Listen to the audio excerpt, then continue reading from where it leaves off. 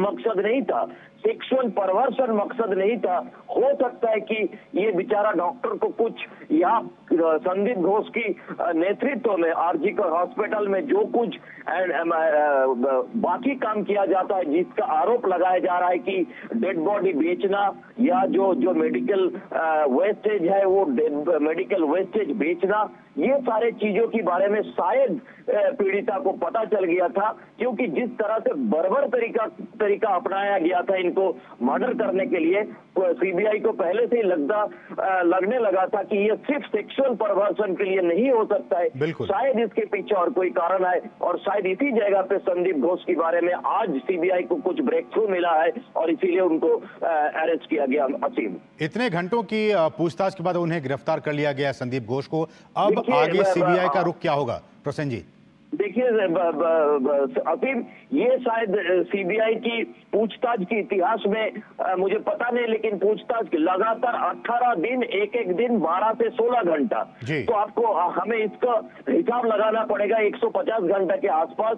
और सारे के सारे पूछताछ का वीडियो रिकॉर्डिंग है, ऐसा नहीं है कि ये वैसे ही पूछा गया वैसे ही पूछताछ चालू किया जिसका कोई सबूत सीबीआई के पास नहीं है, लेकिन सीबीआई के पास हर एक मिनट का वीडियो रिकॉर्डिंग है।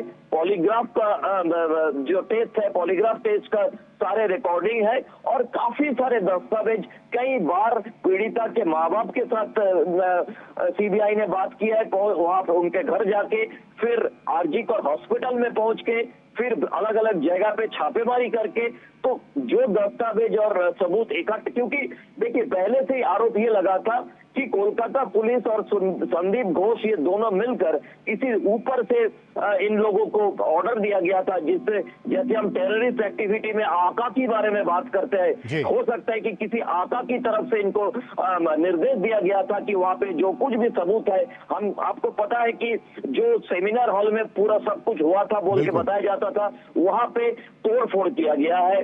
फिर वहां पे मतलब इसी तरह से 14 अगस्त रात को 12:20 पर हजारों लोग अंदर घुस के इमरजेंसी से लेकर आरजीकर हॉस्पिटल की जगह जगह पर तोड़फोड़ चलाया गया, सीसीटीवी को तोड़ा गया था।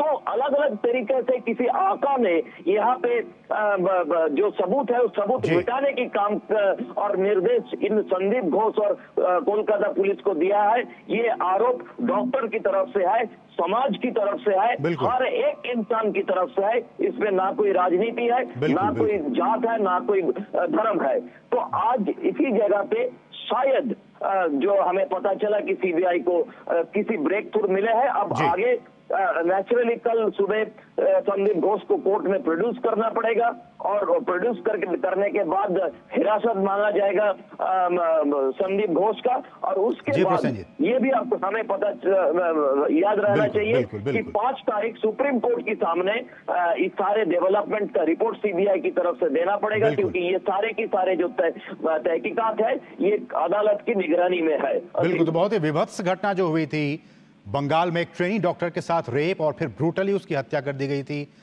इस आरजीकर हॉस्पिटल के पूर्व प्रिंसिपल को, फॉरवर्ड प्रिंसिपल संदीप घोष को आखिरकार एक बहुत लंबे पूछताछ के बाद आज से कुछ देर पहले उसे गिरफ्तार कर लिया गया। बहुत बहुत शुक्रिया प्रसेनजीत, इन तमाम ताज़ा अपडेट्स को कोलकाता से हम तक पहुंचाने के लिए। बढ़ेंगे आगे, यहाँ रुकें एक बहुत ही छोटे से ब्रेक के लिए। आप देखते रहिए।